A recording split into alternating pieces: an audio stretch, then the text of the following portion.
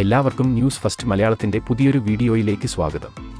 നാളെയാണ് വേൾഡ് കപ്പിലെ ഇന്ത്യ-പാകിസ്ഥാൻ തീപാറും പോരാട്ടം. നാളെ രാത്രി 8 മണി മുതൽ ന്യൂയോർക്കിൽ വെച്ചാണ് ഈ മത്സരം നടക്കുന്നത്. നാളെ ഇന്ത്യക്ക് പാകിസ്ഥാനെ നാണം കെടുത്താൻ പറ്റിയ ഒരു സുവർണ അവസരമാണ്. കാരണം ക്രിക്കറ്റ് പ്രേമികൾ കാത്തിരിക്കുന്ന പോരാട്ടമാണ് ഇന്ത്യ-പാക് മത്സരം. അതുകൊണ്ട് തന്നെ നാളെ പാകിസ്ഥാനെതിരെ ഇന്ത്യക്ക് എന്ത് വില കൊടുത്തും മത്സരം ജയിക്കേണ്ടതുണ്ട്. ഇപ്പോഴിതാ ഇതിനു മുന്നോടിയായി ഇന്ന് നടന്ന പ്രാക്ടീസ് മാച്ചിൽ ഇന്ത്യക്ക് വേണ്ടി സഞ്ജു സാംസൺ വെടിക്കെട്ട് പ്രകടനം നടത്തിയിരിക്കുകയാണ്. ന്യൂയോർക്കിൽ പാക് ബൗളർമാരെ സഞ്ജു പഞ്ഞിക്കിട്ടു എന്ന റിപ്പോർട്ട് ആണ് ഇപ്പോൾ പുറത്തുവരുന്നത്. അപ്പോൾ ഇന്ന് നടന്ന പ്രാക്ടീസ് മാച്ചിനെക്കുറിച്ചാണ് നമ്മൾ ഇന്നത്തെ വീഡിയോയിൽ നോക്കാൻ പോകുന്നത്. ഇതുപോലത്തെ ക്രിക്കറ്റ് വാർത്തകൾക്കായി ഈ ചാനൽ മറക്കാതെ സബ്സ്ക്രൈബ് ചെയ്യുക.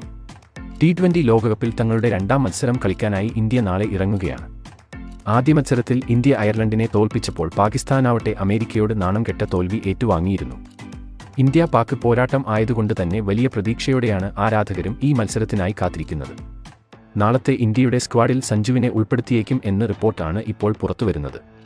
കാരണം ഇന്ന് നടന്ന പ്രാക്ടീസ് മാച്ചിൽ സഞ്ജുവിന്റെ ഒരു വെടിക്കെട്ട് പ്രകടനമാണ് നമുക്ക് കാണാൻ കഴിഞ്ഞത്. സഞ്ജു ഇന്ന് ബോളർമാരെ 4 ഭാഗത്തേക്കും സിക്സറുകളും ഫോറുകളും കൊണ്ട് അമ്മാനമാടി. 12 ബോളിൽ ആണ് സഞ്ജു 50 നേടിയത്. സഞ്ജുവിന്റെ ഇന്നത്തെ വെടിക്കെട്ട് പ്രകടനം 2007 യുവരാജിന്റെ ഇന്നിംഗ്സ് ആണ് നമ്മളെ ഓർമ്മിപ്പിക്കുന്നത്. ന്യൂയോർക്കിൽ സ്ലോ പേസ് പിച്ച് ആയതുകൊണ്ട് തന്നെ അറ്റാക്ക് ചെയ്തു കളിക്കുന്ന ബാറ്റ്സ്മാൻമാരെയാണ് ഇന്ത്യക്ക് ഇപ്പോൾ ആവശ്യം. അതുകൊണ്ട് തന്നെ സഞ്ജുവിന്റെ ഇന്നത്തെ അടികണ്ട് പാക് താരങ്ങൾ വരെ അത്ഭുതപ്പെട്ടു. അതുപോലെ ഓപ്പണിംഗിൽ ഇറങ്ങിയ രോഹിത്തും ന്യൂയോർക്കിൽ ഇന്ന് തകർത്താടി. ഇന്നത്തെ പ്രാക്ടീസ് മാച്ചിലും രോഹിത്തും കോഹ്ലിയും തന്നെയാണ് ഓപ്പണിംഗിൽ ഇറങ്ങിയത്. 3-ാം നമ്പരിൽ ആണ് സഞ്ജു ഇന്ന് കളിച്ചത്. സഞ്ജു 3-ാം നമ്പരിൽ ഇറങ്ങിയാൽ പിന്നെ സഞ്ജുവിനെ പിടിച്ചു കെട്ടാൻ സാധിക്കില്ല. അത് IPL-ൽ നമ്മൾ കണ്ടതാണ്.